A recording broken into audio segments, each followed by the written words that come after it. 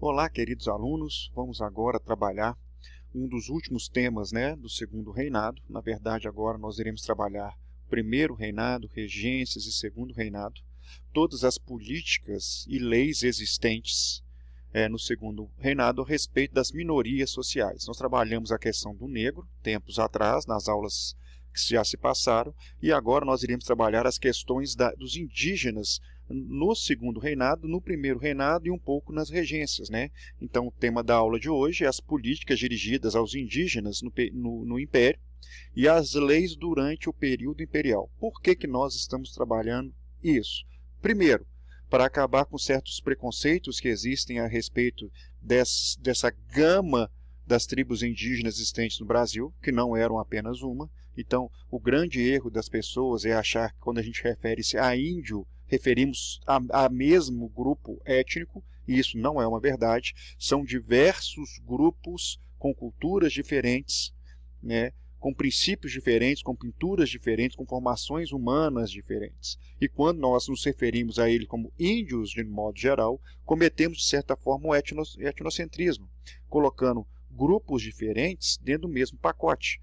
É mais ou menos eu ir para o Oriente e falar que japonês, chinês, coreano é tudo igual.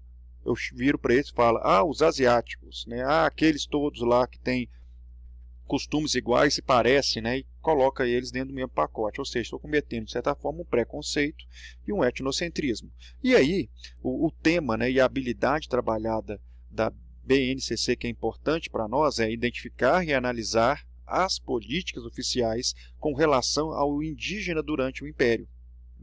E nós iremos trabalhar alguns princípios, estão aqui nas palavras-chave, e o objetivo de conhecimento desse texto, desses textos em particular, é buscar as políticas de extermínio dos indígenas durante o Império.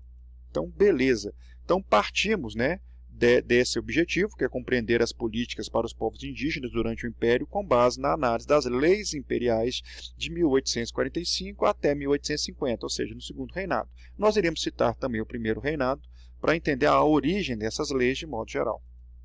Beleza, então vamos lá. Eu vou usar primeiramente uma frase, que mostra aqui uma frase do José Bonifácio, ele usando uma ideia do bom selvagem aqui, que o índio na sua origem, o homem na sua origem, ele não era bom nem mal. Então lá, o homem primitivo não é bom nem é mal. Naturalmente é um mero autômato, ou seja, age do nada, ele liga o automático e continua andando, como se fosse um animal, como se fosse uma pessoa sem razão e uma pessoa que está ligando o automático e vive do seu instinto natural, cujas molas podem ser postas em ação pelo exemplo, educação e benefícios. Então essa aqui é a visão que as pessoas tinham a respeito do indígena, desde o primeiro reinado.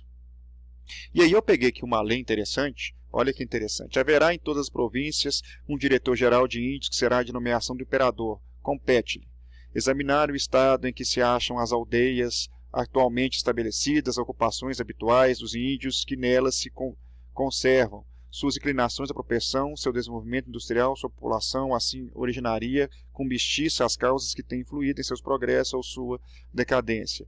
Inquirir onde há índios que vivam em hordas errantes, seus costumes e línguas, e mandar missionários. Então, aqui está te mostrando uma política de extinção da cultura indígena. Era necessário enviar missionários para domesticar esses nativos, ou seja, transformar eles supostamente quase em cidadãos, Então é necessário pregar a Jesus a esses povos para que eles tenham vantagens na vida social, para que eles possam ser mais bem aceitos. Então é necessário você aldear esses indígenas e controlá-los para que não haja ataques, porque os índios poderiam se tornar selvagens ou não, já que eles eram seres autômatos, eles poderiam tomar, devido ao contexto, um ataque aos brancos. Então vamos lá. Aí o Dom Pedro II aqui está mostrando mais leis interessantes a respeito da terra agora. Olha só, que mostra em 1850 a Lei de Terras, E a única forma de se ter terra no Brasil, se conseguir terra, era dos primeiros que chegaram aqui a partir das Sesmarias, que era uma doação de terra feita pelos capitães donatários, a única forma de você conseguir terra no Brasil em 1850 foi pela compra das terras. Está falando aqui no artigo 3, inciso 1º aqui. Então, se você quiser ter terra no Brasil, você deve pagar por ela. O governo não dará terra alguma. E aí fica uma curiosidade. Como é que ficam os indígenas nisso? E as terras que pertencem aos indígenas, como é que fica? E aí, a conclusão óbvia, que se parece, é que o primeiro, na questão da missão, igual eu falei, é evitar o choque principalmente com a população branca. Então, a política indigenista tem o objetivo, primeiro, de acabar com os choques armados que se tinha na expansão de terras que estava acontecendo, os brancos penetrando mais no interior do Brasil, e aí uma questão que eles invadiriam terras indígenas, e aí poderia ter um choque. Então, a ideia de catequizar os nativos eufemizar, deixar mais tranquilo esse choque entre eles. E o segundo ponto é a tomada das terras indígenas. Quando o governo faz essa lei, eles desconsideram os indígenas. E a única forma de um indígena se manter no território é se ele cultivasse a terra. Como grande parte das tribos brasileiras eram seminômades, e isso causava um problema, porque tinha grupos também que não plantavam, viviam da caça e da coleta. Então, grande parte dos grupos começaram a perder sua terra e assim começou uma extinção desses povos indígenas a partir das leis brasileiras, paulatinamente. Beleza? Nesse slide aqui nós temos a Constituição de 24, quando o Brasil se tornou o primeiro reinado. E é importante, igual o texto está falando aqui, peguei um texto, é importante analisar os textos, o Enem trabalha com fontes históricas escritas, né, que essa Constituição de 1824, ela não abordou a heterogeneidade da população brasileira, ou seja, a população ser muito diversa. E aqui nós estamos tendo que essa Constituição trata todo mundo de forma homogênea, por isso não respeitando a diversidade étnica e cultural que o país tinha já nessa origem. E isso acarretou um impacto grande na população indígena. No início do século XX, já constata que a catequese missionária não conseguiu converter o grande número de indígenas que existia no Brasil. Até hoje, tem tribos indígenas que não tiveram contato com supostamente o homem branco, né?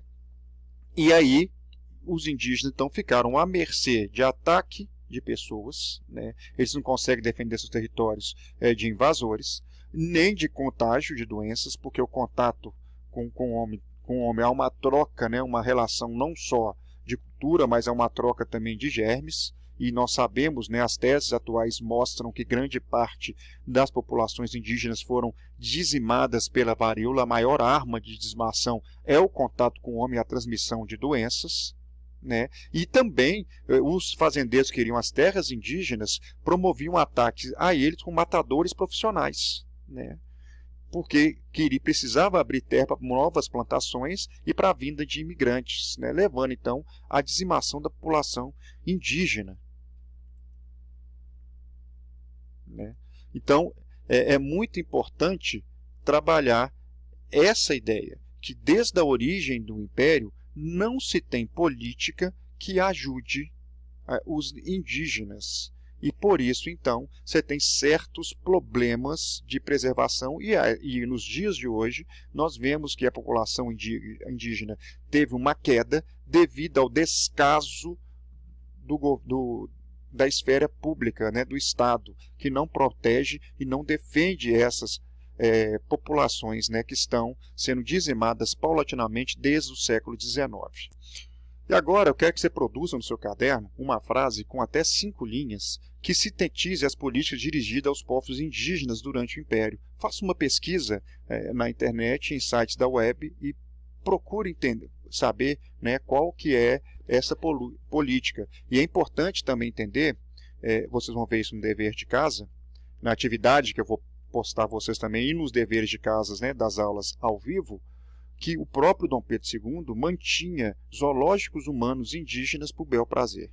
E aí é importante entender como é que, a partir do que nós vimos, o Estado enxergava esses indígenas. Beleza? Um grande abraço e até a próxima aula.